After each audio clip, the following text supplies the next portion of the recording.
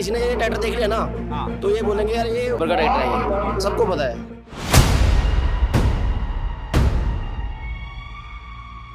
मामा और सबसे यूनिक है।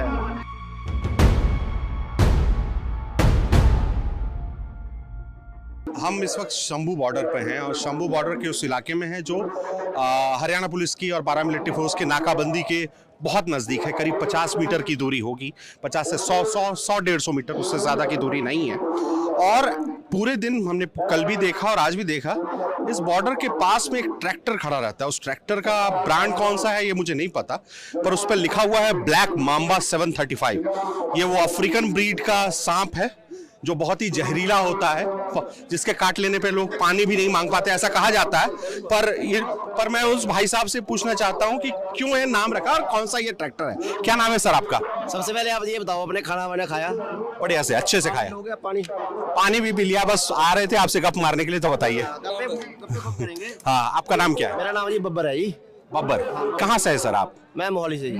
मोहाली से। तो आपको मैंने हर दिन रात में आप चले जाते हो और दिन में तड़के 7-8 बजे तक आप इधर आ जाते हो, क्या प्लान रहता है? लोकल है जी, रात में तो कोई एक्टिविटी है नहीं। तो जैसे दिन में किसान आते हैं यहाँ पे तो उधर से फायरिंग होती है टीयर गैस की। तो जो हमने ये पक्का लगा रखा है पीछे, बेसिकली हमें खेतों में यूज करते हैं। तो जो यहाँ पे धुआं होता है उसको उनकी तरफ फेंक देते हैं, चला के स्टार्ट करके। हाँ जी। ये कौन सा ब्रांड का ट्रैक्टर है ये था जी स्वराज पहले। अच्छा। तो इसमें मॉडिफिकेशन करके इसका इंजन बड़ा कर दिया, अपग्रेड कर दिया है। अच्छा। इसकी पावर बढ़वा दी हमने। और जो पहले था ये 35 HP का था, अब ये 80 HP का हो गया है। 80 HP का हो गया। तो ये अभी इसका इस्तेमाल आप खेतों में करते हैं? हाँ जी, खेतों में करते हैं, ज़्यादा करते हैं। तो ये तो ब्रांड का नाम हुआ, आपने इसका पावर बढ़ा लिया, पर नाम ब्लैक मांबा क्यों रख लिया?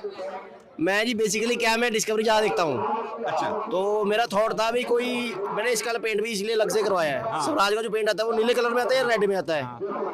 तो मैं सोचता ये डिफरेंट होना चाहिए, कुछ अलग से हट के।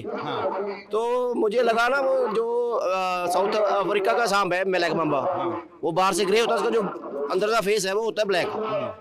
तो मैंने कहा यार ये नाम रखते हैं ब्लैक मांबा, और सबसे यूनिक है। तो पूरे मोहाली में आपके ट्रैक्टर का नाम की चर्चा होती होगी। सबको पता, अगर किसी ने ये ट्रैक्टर देख लिया ना तो ये बोलेंगे यार ये उस बंदे का ट्रैक्टर है, यार बब्बर का ट्रैक्टर है, ये सबको पता है। अच्छा बब्बर भाई, इस वाले जैसे ये कितने साल पुराना है ये ट्रैक्टर?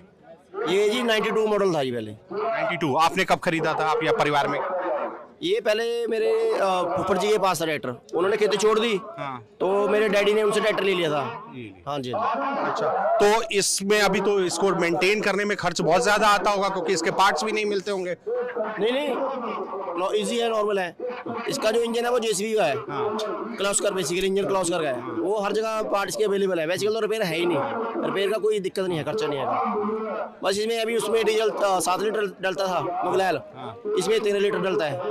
13 लीटर? हाँ, मुगलैल जो इंजन ऑयल है वो 13 लीटर डलता है इसमें। तो मतलब इसको पूरी तरह से और अपग्रेड कर दिया आपने, ये क्या हो गया? तो इसको मतलब क्या गांव मोहाली में ये चर्चा नहीं है कि भाई साहब के पास एक डिजाइनर ट्रैक्टर है? जाते हैं जी मोहाली भी, अगर वहाँ पे धरने होते हैं वहाँ पे जाते हैं।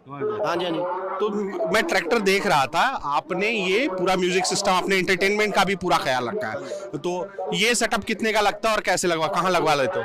ये सेट मैंने आज से 5 साल पहले लगवाया था, तब 30,000 का लगा था जी। अगर आज की डेट में लगवाएंगे तो ये 70-80,000 का लगेगा। अच्छा। हाँ, क्योंकि महंगाई तो लोकली असेंबल कर सरकार ने सबकी आय दुगनी कर दी ना। तो ये लोकल में असेंबल करवाया है आपने या फिर बाहर से बनी हुई चीज आती है उसको बस सेटअप कर देते हैं? नहीं, जो भी अपना काम होता है वो बेसिकली एक परमानेंट बंदे होते हैं। ये जो आप रेडीमेड है ना वो नहीं यूज कर सकते। इसका जो स्पीकर का जो कॉइल है वो खुद बंदा हाथ से रेडीमेड करता है, उसको आप तैयार करते हैं हैवी बेस के लिए। तो जो भी सारा काम है ये खुद बंदा बैठ के शॉप पे तैयार करता है, ना कि ये रेडीमेड लेके आते हैं। इस ट्रैक्टर के पिछले हिस्से में हमने कुछ देखा है। आप बब्बर भाई आइए, हमें बताइए, समझाइए उसका क्या काम है।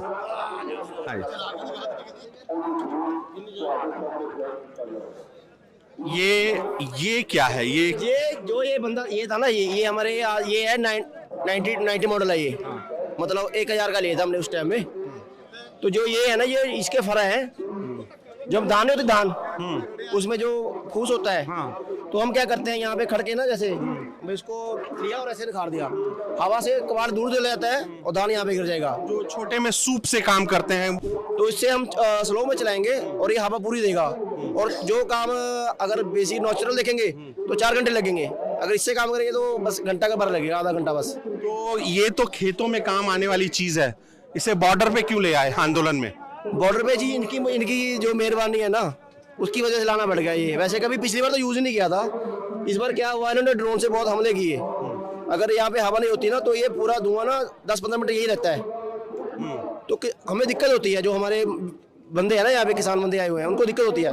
अगर ये चला देंगे तो धुआं ऐसे उधर भेज देंगे, जैसे उन्होंने भेजा है उसको रिटर्न में उधर भेज देते हैं, और वो फिर शांत हो जाते हैं यार धुआं आ गया, तो इसीलिए दिक्कत है। अच्छा, तो आप कंडीशन देखोगे तो ये ऐसे ही है, क्योंकि ये पता नहीं यूज नहीं होता अभी पंजाब में, काम खत्म हो गया इसका। तो अभी इसकी पत्ती मुखड़ियां बस, पर ये काम पूरा अच्छा दे रहा है, ओके रिपोर्ट दे रहा है काम ये, इसकी परफॉर्मेंस में कोई कमी नहीं है। ये शील्ड जैसी चीज लोहे की क्या लगा रखी है? सर ये शील्ड आज लगाई है, क्योंकि ये सीधी ना वहाँ से सीधा फायर करते हैं, और जो उनको कोई चीज प्रॉब्लम कर रही है ये उस पर टारगेट करते हैं। अगर यहाँ से कोई फायर करोगे तो ये मेरे सीधा फायर ही कर रहे हैं वो, तो ये हमें उससे बचा के रख रही है। ये शील्ड भी नहीं की है, ये हरियाणा पुलिस की शील्ड है या? ये शील्ड यहीं पे पड़ी थी तो हमने उठा के ये यूज कर ली। मैं कहा यार सेफ्टी पहले है, अगर हम सेफ हैं तो पूरा मुकाबला करेंगे, ठीक है जी। तो ये शील्ड बहुत हैवी है, 4-5 बंदों ने उठा के इसको रखा है, बहुत हैवी है, और ये काफी मतलब बुलेट भी रोक लेगी है। अगर कोई बुलेट का फायर आया तो ये उसको भी रोक लेगी। ये आप शील्ड के बारे में बता रहे थे, ये आपने तैयारी कर ली, पर अभी जब हम आपके साथ ये इंटरव्यू रिकॉर्ड कर रहे हैं तो आप थोड़ा पीछे आ गए हैं, इससे पहले थोड़ी देर पहले आप और आगे थे।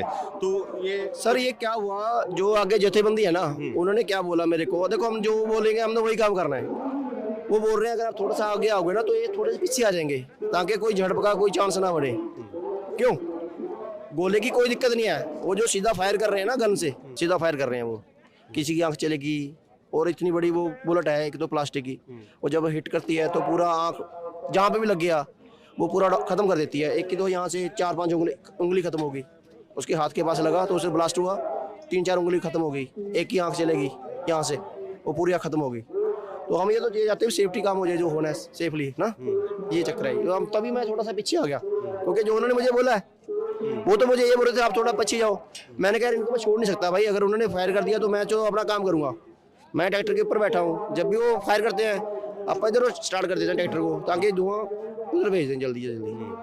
बब्बर भाई साहब, अभी जैसे मान लो कोई नया ट्रैक्टर खरीदता है तो उसको भी आइडिया रहती है कि इसकी मेंटेनेंस में इतना कॉस्ट जाता होगा, पर आपके ब्लैक मांबा कितना खर्च मांगती है पूरे साल? सर खर्चा तो है ही नहीं, अगर आप इसको खेत में चलाओगे, जो कंपनी का ट्रैक्टर कोई भी लोगे वो खाएगा 4 लीटर 4-5 लीटर के बीच में खाएगा, ठीक है जी। मैंने भी इसकी लास्ट टाइम पिछली बार इसकी एवरेज नोट, वैसे मैंने नोट नहीं की थी, लेकिन मैंने कहा इतना बड़ा इंजन खाया, चलो नोट तो करें भी क्या एवरेज दे रहा है ये। तो मैंने 3 एकड़ की भाई की थी मैंने इसमें, 3 एकड़ में, और ये 5 लीटर में 3 एकड़ उसने कवर कर दिए थे। 3 एकड़ एक बार में पूरा उसको खेत की जुताई कर दी थी सिर्फ 5 लीटर में। तो इससे डीजल खर्चा बहुत कम है। अगर डीजल खर्चा इसका बढ़ जाता है, अगर इसको जैसे जल्दी काम कर रहे हैं, ठीक है जी, जल्दी काम के चक्कर में पावर ज़्यादा देगा तो तेल ज़्यादा खाता है। अगर नॉर्मल चक्कर पे चला रहे हो ना, 1400-1500 मतलब आरपीएम होते हैं इसके, स्पीड होती है, अगर 1400-1500 आरपीएम में चलाओगे इसको तो खर्चा तो भाई है ही नहीं। अच्छा। और ये अगर इसकी पावर का ट्रैक्टर लेना पड़ेगा, 85-80 रुपये का ट्रैक्टर आज की डेट में लोगे तो कम से कम 10-12 लाख में पड़ेगा। 10-12 लाख पड़ेंगे अगर इस तरह के पावर वाली ट्रैक्टर? पावर का ट्रैक्टर लोगे आप तो आपको 10 या 12 लाख रुपए देना पड़ेगा कंपनी को, ठीक है। और इसका जो अगर तैयार कराते हैं ट्रैक्टर को तो सारा ही मेरे हिसाब से 2.5 से 3 लाख रुपये लग जाएगा। 3 लाख रुपए लगेगा, उसमें रेडी हो जाएगा ट्रैक्टर का पूरा, और एक नंबर काम करेगा, कोई दिक्कत नहीं, कोई परेशानी नहीं। तो ये कल्चर है कि आपके इलाके में, आपके गांव में, कि पुराने ट्रैक्टर्स को अपग्रेड करने का लोग करते हैं क्या ऐसा? सर मेरा एक काम मैंने इसलिए तैयार करवाया था, मैं टोचन में भी जाता हूँ, जो ट्रैक्टर टोचन होते हैं उसके लिए मैंने बेसिकली तैयार करवाया था। अभी जैसे सरकार बोल देती है जी बड़े बड़े कल्टीवेटर ले आओ, सुपर सीडर है, उसके लिए ज़्यादा पावर की जरूरत होती है, तो इसलिए भी करवाया था। अभी जैसे भी बोलते हैं आग नहीं लगानी पराली को, है ना, तो उसके लिए सुपर सीडर चाहिए, सुपर सीडर के लिए ज़्यादा हैवी ट्रैक्टर चाहिए इसको, मतलब फुल पावर वाला, तो इसलिए तैयार करवाया था हमने ये। तो आपने यह बताया कि ये ट्रैक्टर आपके तरह तरह के काम आ सकता है, खेतों में भी, सरकार अगर कुछ काम में और आंदोलन में भी। तो इसकी आप जब जाते होगे, मतलब घर लौटते होगे, तो आपके इलाके वाले लोग पूछते होंगे आज भाई साहब कितनी देर माहौल बनाया?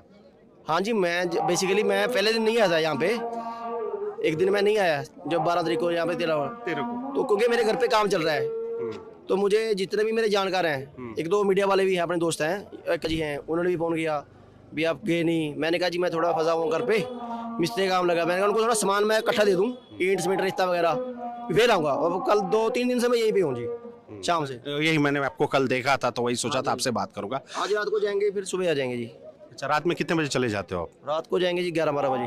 11-12 बजे तक यहीं बैठे रहते हो? और आप लोग आपकी पूरी टीम आती है, आप अकेले नहीं आते हो? नहीं नहीं, कोई चक्कर नहीं, टीम का क्या, लोकल है सारे। जो यार बेसिकली क्या है, अगर ये भाई खड़ा है ट्रैक्टर के पास आ गया तो टीम ही है बस। चाहे मैं अकेला हूँ, 10 बंदे हैं, जो यहाँ पे आ गया वो टीम ही है सारी। अभी थोड़ी देर पहले आपने गोगल्स भी लगा रखा था, वो स्विमिंग वाला कुछ, हाँ आंखों के लिए। उससे क्या हुआ, जब इन्होंने अभी फायरिंग किया था ना, तो मैं तो बाकी सब चले गए थे जिनके नहीं थी सेफ्टी ने, और मैंने मुंह पे मफलर ले लिया 2-3 बार लपेट के, और आंख पे लिया था मैंने गोगल, तो वो सब बेकार हो गया। उनका जो सिस्टम फेल था, मुझे कोई असर नहीं पड़ा उसका। हाँ जी।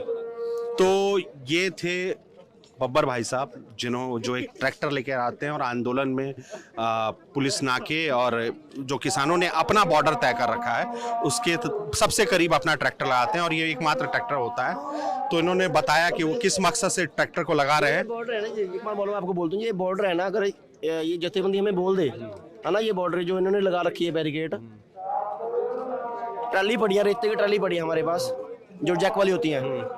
अगर हम चाहें, अगर हमें जथेबंदी बोल दे तो ये तोड़ने की जरूरत भी नहीं है, इसके ऊपर से मिट्टी लगा के सीधा उसके पार भी कर लेंगे, अगर ना भी तोड़े इनको स्लेब को। वैसे तोड़ देंगे, और हम चाहते हैं इनका काम थोड़ा और बढ़ा के जाएं सरकार का, क्योंकि हम क्यों साफ करें इनको ना, हम तो और काम बढ़ा के जाएंगे। इसको मिट्टी घेर देंगे साइड में, मिट्टी से सीधा इसके ऊपर से उस दूसरी साइड चले जाएंगे। ये मिट्टी उठाएंगे, फिर बाद में स्लेब पे भी तोड़ेंगे, और वो लगे रहेंगे, साफ करते रहेंगे पीछे से। तो ये था ब्लैक मांबा ट्रैक्टर, जो पॉइंट ऑफ अटेंशन बना हुआ है शंभू बॉर्डर पे, और ये थे बब्बर भाई साहब जो उस ट्रैक्टर के मालिक हैं, और वो सब कुछ यहाँ का देख रहे हैं। ललन टॉप साहब बहुत बहुत धन्यवाद, जो आपने यहाँ पे रिकॉर्डिंग किया, धन्यवाद। इस रिपोर्ट में हमारा साथ दिया आर्यन मिश्रा ने। हम संदीप कुमार सिन्हा, देखते रहिए दी ललन टॉप।